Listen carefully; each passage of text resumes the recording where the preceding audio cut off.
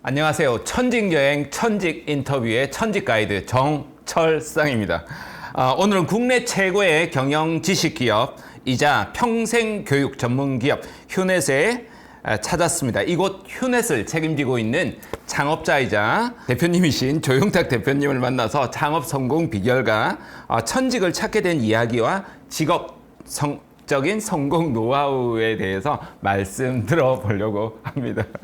그래서 오늘의 주인공 조용탁 대표님을 모십니다. 잘 모르시는 또 젊으신 분도 계시니까 간단하게 인사 부탁드리겠습니다. 저희 휴넷은 이제 22년째 하고 있고요. 기본적으로는 이제 기업 교육, 기업의 뭐 직장인 뭐 삼성, 현대 이런 기업 대상으로 뭐 경영 리더십 직무 이런 교육을 주로 하고 있고요. 요즘은 이제 개인과 기업의 성공을 돕는 파트너로 좀 발전시키려고 그러고, 요즘 에듀테크 많이 아시잖아요. 교육과 기술의 결합. 에듀테크에 대해서는 저희 휴넷이 가장 앞서가고 있다, 그렇게 얘기를 할 수 있을 것 같아요. 예, 그 정도 소개시켜드릴게요. 네네. 사실 저도 보니까 22년 됐다라고 하니까 21년 전에 휴넷에 제 평생 애원가에서 지금 말씀하신 그 길을 저도 따라가는 것 같습니다. 기업 내에서, 조직 내에서 경영 지식과 리더십 교육을 이렇게 오다가 이제 개인에게 이제 확산을 해 나가고 계시고 너무 성공적으로 잘 해 나가고 계신 것 같습니다. 휴넷 기업에 대해서는 별도로 나중에 이야기 나눌 기회가 있으니까요. 또 기다려 주시고요. 1부에서는 여러분 잘 들어보지 못했던 청년 시절의 대표님 이야기를 한번 들어보려고 하니까요. 우리가 아주 어린 시절에서부터 차례대로 한번 들어보려고 합니다. 어린 시절에 조용탁 님은 어떠셨는지 한번 말씀해 주시면 청소년들도 들을 수가 있기 때문에 좋겠습니다. 제가 전남 진도 출신입니다. 전남 진도 진도 섬. 쪽에. 진도고, 진도에서 중학교까지 다녔고요.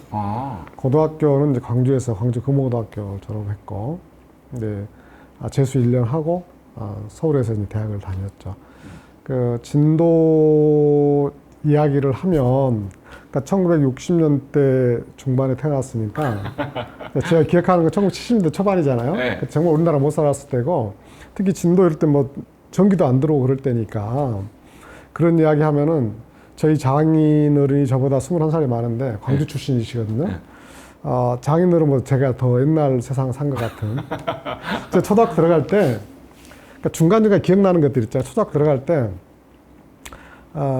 한글 이런 거 다 모르고 들어갔거든요. 근데 들어가시기 전날 저희 어머니는 초등학교를 7일밖에 안 다녀요. 7일 다니고 학교를 안 다녔어요. 학교 가니까 순사들이 많아서 무서워서 못 갔다 그랬거든요. 초등학교를 안 다니셨는데, 근데 야학을 해가지고 한글 좀 아셨어요. 그래가지고 이제 입학하기 전날 각야 거교 이런 걸 가르쳐 줘가지고 입학하기 전날 저녁에 각야 거교 배우고 갔는데요. 저희 어머니가 저를 굉장히 자랑스럽게 생각했던 게, 그때 학교에 반이 60명씩 두 반이 있었는데 한글을 떼고 온 애들이 거의 없어요. 그래서 우리 이제 선생님들이 이제 얘들 수준을 체크하려고 예를 들어서 칫솔 보여주고 칫솔하고 젓가락 보여주면서 이게 뭐냐 그랬더니 제가 맞췄대요. 저는 기억이 안 나는데, 그래서 우리 어머니가 우리 아들 정말 똑똑한 애 같다고 동네에다 얼마나 자랑을 많이 했는지. 그런 정말 옛날 그런 시골에서 태어나서 중학교까지는 진도에서 자랐습니다. 어머님이 엄청 많이 또 사랑해 주시고 그러면서 이제 더 많이 자신에 대한 믿음, 자신감 이런 것들도 붙지 않으셨을까 이런 생각도 듭니다.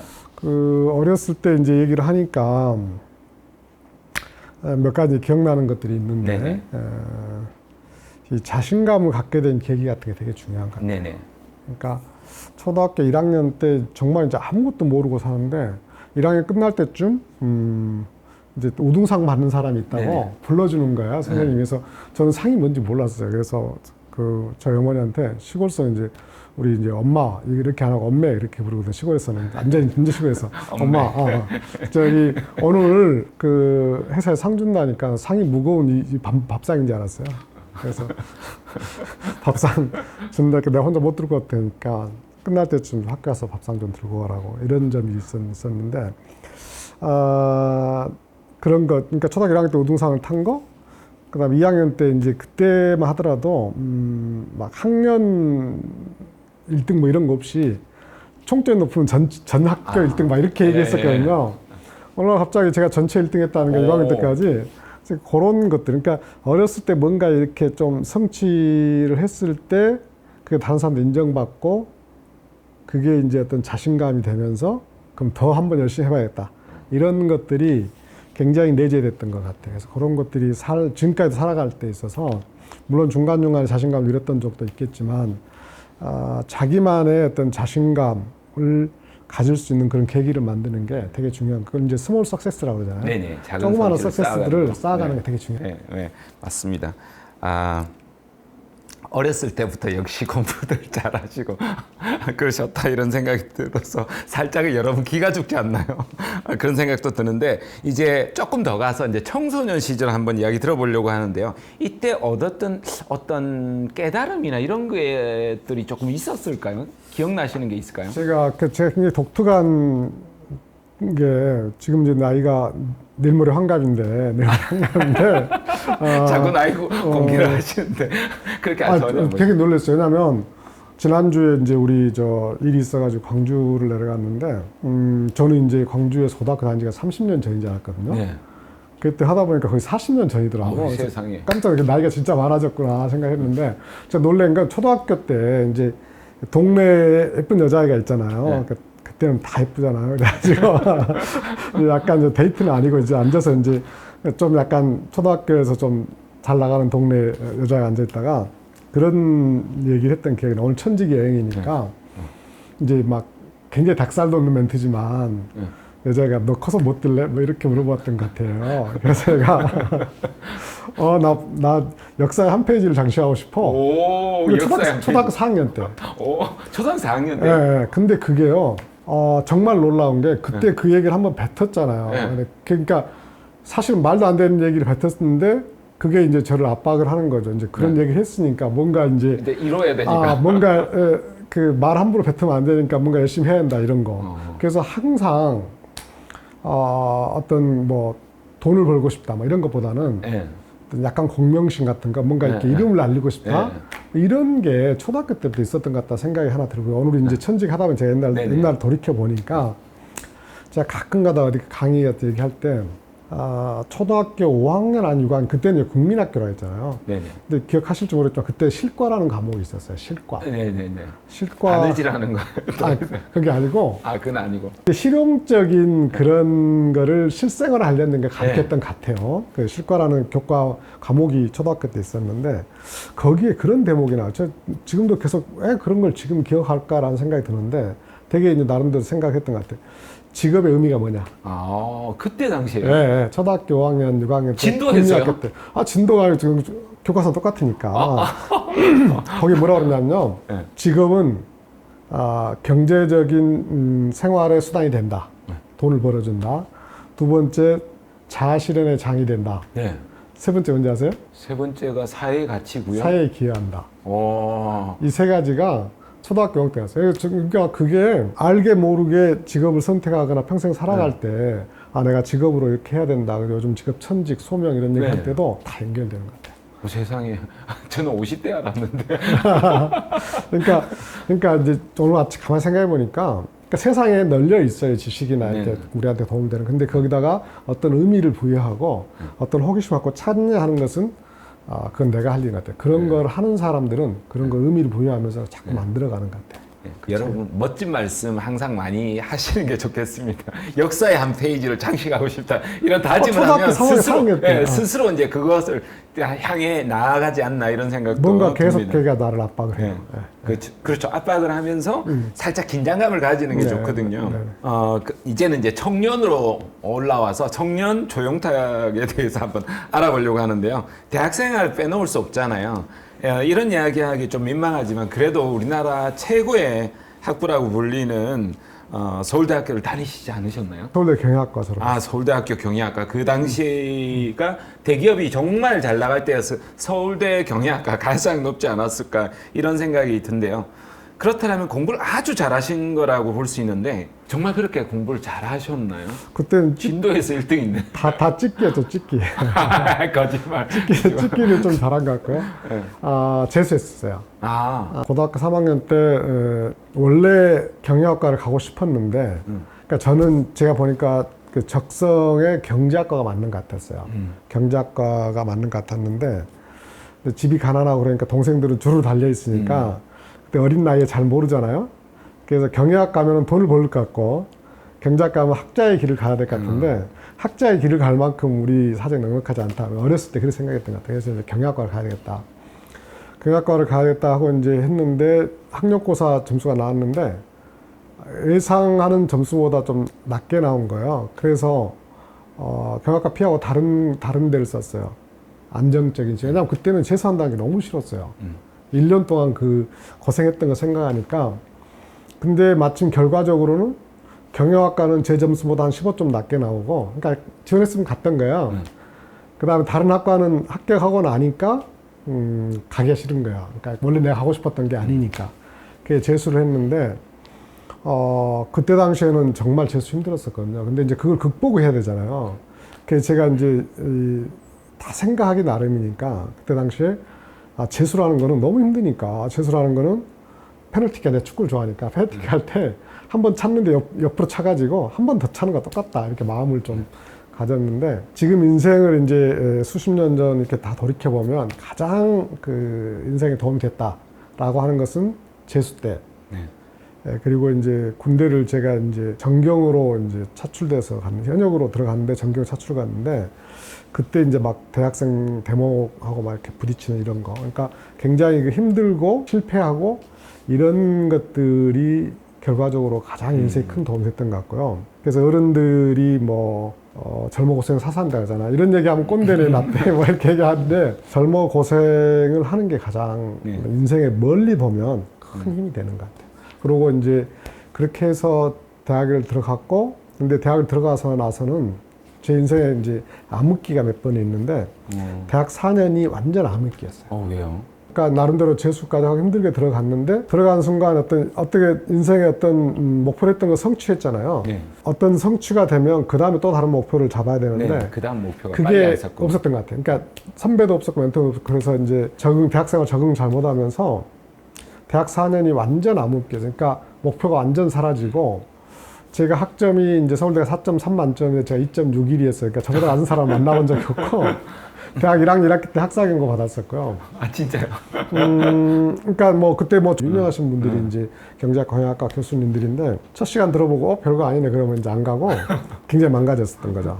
그래서 시험 보러 가서 이제 시험 보면 잘하면 C뿔 받고 뭐 이랬던 것 같아요. 대학 그 취업할 때도 그때는 취업이라는 의미가 정말 너무 쉬웠고 요즘 젊은 사람들한테 너무 미안하고 이제 그게 이제 우리 기성세대들한테 젊은 사람들한테 좋은 잡을 만들어주지 못한 것은 일말의 책임이 있다라고 이제 느끼고 있는데 어쨌든 그때는 이제 그랬었고요. 그러다가 탁 변화하는 순간이 있었어요. 인생이 완전히 바뀌는. 어떤 순간에서 그렇게 큰 변화가? 그래서 저는 이제 교육업을 하는 사람 입장에서 자꾸 이제 사람이 변하냐, 사람이 안 변한다. 뭐 특히 뭐 임원 이상 된 사람들은 고쳤을 수 없다 이런 얘기 하잖아요. 그래서 인생이 중요하다. 그 부분에 대한 제 관점은 사람은 정말 변화하기 힘들다. 그렇죠. 변화하기 힘든다. 그렇지만 특별한 계기가 되면 변화할 수 있다. 그 특별한 계기를 만드는 노력을 하는 게 필요한데 어쩔 때는 사람을 만나거나 어떤 책을 읽거나 아까 얘기했던 어떤 실패나 역경을 경험하거나 어떤 여행을 하거나 새로운 낯선 이런 그 일상생활 보통의 생활에서 벗어나서 어떤 자극이 들어왔을 때 굉장히 어렵지만 변화할 수 있는 계기가 마련되고요. 막상 변화하려고 그러면 제가 그냥 농담 삼아서 뭐 재본 건 아니죠. 과학적으로 증명된 건 아니지만 제 생각에 그냥 변하려고 하면 0.3초에 변할 수 있다 사람이. 내일부터 변하겠다. 그럼 딱 0.3초 결심하면 할 수 있는 거거든요.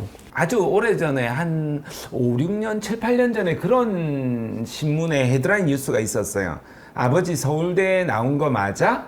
이런 기사 혹시 보신 기억이 있으세요?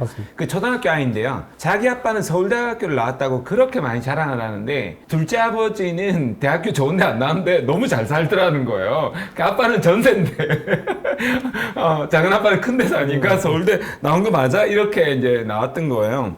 그래서 많은 분들이 서울대에 대한 환상도 있고 또 질타도 있고 이런 부분이 있어서 서울대를 나와서 좋은 점은 무엇이 있었고 안 좋은 점은 무엇이 있었는지 해서 서울대가 나온 것이 좋은 점은요, 제가 보니까 자신감. 네.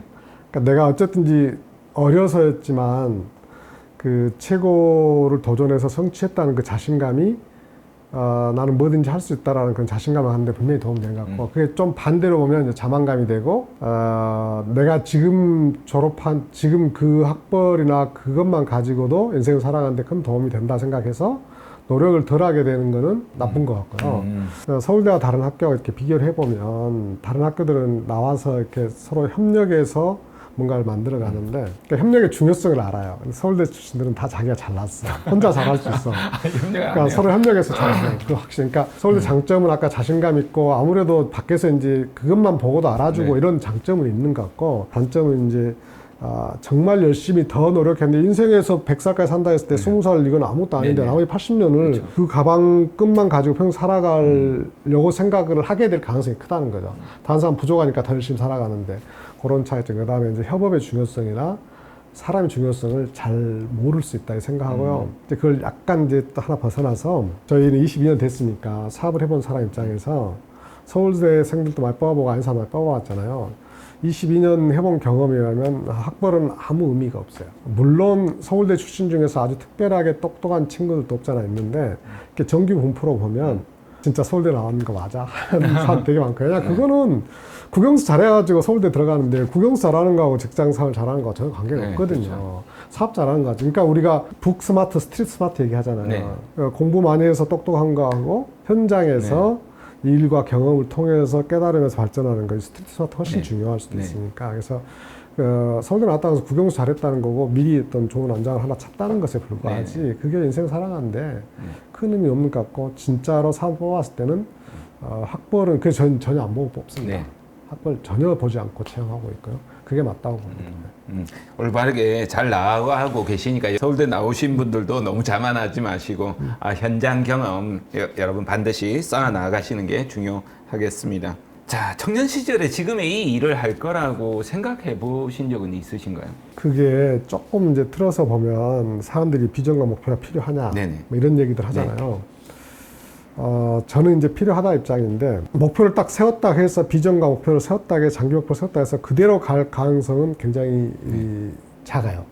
그래서 이제 그렇게 가지도 못할 텐데 목표가 필요하냐 이렇게 생각하지만, 목표의 장점이 두 가지가 있는 게, 하나는 어쨌든 높은 목표를 세우면 뭔가 동기부여에 대해서 열심히 하려고 하는 게 생기거든요. 그게 이제 하나가 있고, 두 번째는 목표를 한 대로 되진 않더라도 많은 부분이 운에 좌우돼요. 어떤 사건에 좌우되는데, 그 목표와 사건들이 결합하면서 방향을 잡아가는 것 같아요. 그러니까 목표대로 되진 않지만 목표를 설정한 게 간접적인 영향을 미치게 된다는 거죠. 그러니까 제가 이제 이 일을 할 거라는 거는, 이제 아까 대학 들어갈 때는 집이 가난해서 경영대를 가야지 동생들도 뭐 그런 생각이 있었던 거고, 경영대 가서는 정말 아무 생각 없이 공부 하나도 안 했는데, 그래도 한 가지 얻었던 거는 뭐냐면요, 가끔 가다가 선생님들 교수님 수업을 듣잖아요. 딱 한 가지 좋았던 거는, 경영자의 사고에서 보려고 하는, 그걸 선생님들이 가르치거든요. 사장의 관점에서 보는 거. 이건 그러니까 사장이라는 생각을 조금씩 하게 되는 게 있었던 것 같고. 그 당시에. 그런 것들이 대기업에 입사하니까, 이제 아까 그 제 사건으로 인해서 자극을 받으면서 이렇게 채용자가 되겠다는 목표를 갖게 되고, 그러니까 이제 채용자 되겠다 해서 회사 내에서 빨리 승진해서 전문 경영이 되겠다 생각했는데, 어떤 것이 계기가 돼서 사업을 하게 됐잖아요. 그러셨구나. 그러니까 지금도 그 저를 대기업에 있을 때 알았던 사람들 같은 경우에는 네가 사업할 줄 몰랐다. 그러니까 굉장히 스텝으로서 아주 뛰어난 스텝이다 이렇게만 생각했다는 거야. 근데 차급은 좀 다르잖아요. 그렇죠. 근데 그게 조금씩 영향을 미쳤던 것 같아요. 그러면 이제 취업 학교도 운영하신 적이 있고 그러다 보니까 그때 이제 고도 성장기에는 취업이 조금 비교적 수월했다라면 아주 쉬웠죠 그때. 지금의 청년들은 사실 취업 전선에서 진짜 몸살을 앓고 있거든요. 지금 시대는 변했지만 이 청년들이 어떤 생활을 대학 생활 하는 동안이나 또 대학을 안 다니더라도 취업 준비를 어떻게 하면 좋을지 이야기를 조금 한 세 가지로만 정리, 한 가지에서 또는 세 가지 미만으로 제가 얘기해 주시면. 대학을 정말 엉망으로 보내고 나서 그때 후회했던 게 네. 내가 만약에 대학생을 다시 한다면 첫 번째 일단 학점 잘 받아놓겠다. 그게 근데 조금만 노력하면 되거든요. 네. 요즘 학점 다 잘 된다 그러니까. 근데 학점 잘 받아놓을 필요가 있다. 왜냐면 그게 따라다니니까. 네. 두 번째는 제가 거의 매일 집에서 잠만 잤거든요. 네. 아 진짜요? 안 그래요? 집 밖을 안 나갔어요. 그래서 내가 만약에 대학생을 다시 간다면 무조건 아침 일찍 나가서 가장 늦게 들어오겠다.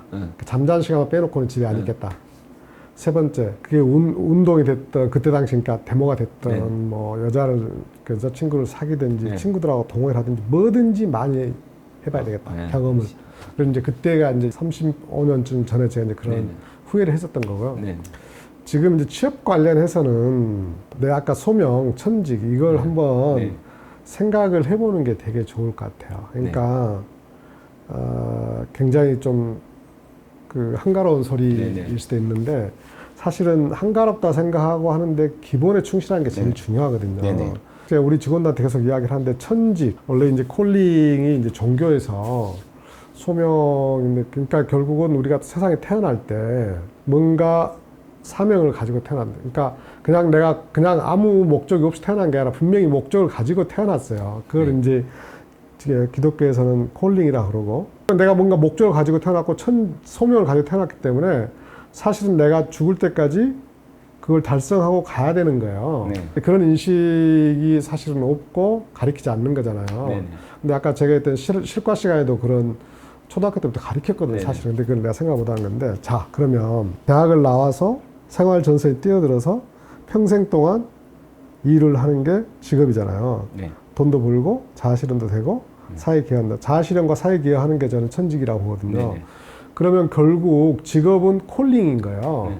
그래서 직업이 콜링인 거예요. 네. 자기 시간을 가장 많이 보내는 거니까 자기 시간을 가장 많이 보내는 게 자기가 태어난 목적을 달성하는 거거든요. 그래서 직업이 우리가 이제 너무 급하게 생각하고 너무 잘 안 되니까 취업이 안 되니까 이거를 이제 어떻게든 취업해봐야 되겠다. 그게 이제 부작용이 굉장히 어렵게 해서 취업을 했는데 적성에 안 맞아서 나오는 사람들이 한 10년 전 데이터에 의하면 1년에 37%. 그러면 취업이 급해가지고 목적이나 아까 천직에 대한 생각이 없이 콜링에 대한 생각 없이 급한 대로 취업을 했는데 가보니까 막상 그게 아니야. 물론 그런 실패 경험도 또 인생을 멀리 보면 도움이 되겠지만 이왕에 그렇게 생각하니까 내 천직, 나의 콜링, 나의 사명, 내가 평생 해야 될 거 이거를 계속 생각해보는 게 가장 중요한 게 아니야. 그것만 찾으면 김연아는 그걸 7살 때 찾은 거고요. 박찬호는 뭐 중학교 때 찾았던 거고. 박찬호 선수 대단하다고 생각해요. 그러니까 그런 거를 찾아야 되는데 그런 걸 찾는 계기가 없어요. 자, 일부 말씀, 대표님 말씀 한번 정리 한번 해보겠습니다. 크게 생각하시고요. 여러분이 어떤 거든 간에. 그리고 행동은 작게 쪼개서 실천하는 것이 핵심이다. 이렇게 일부 말씀 마무리하겠습니다.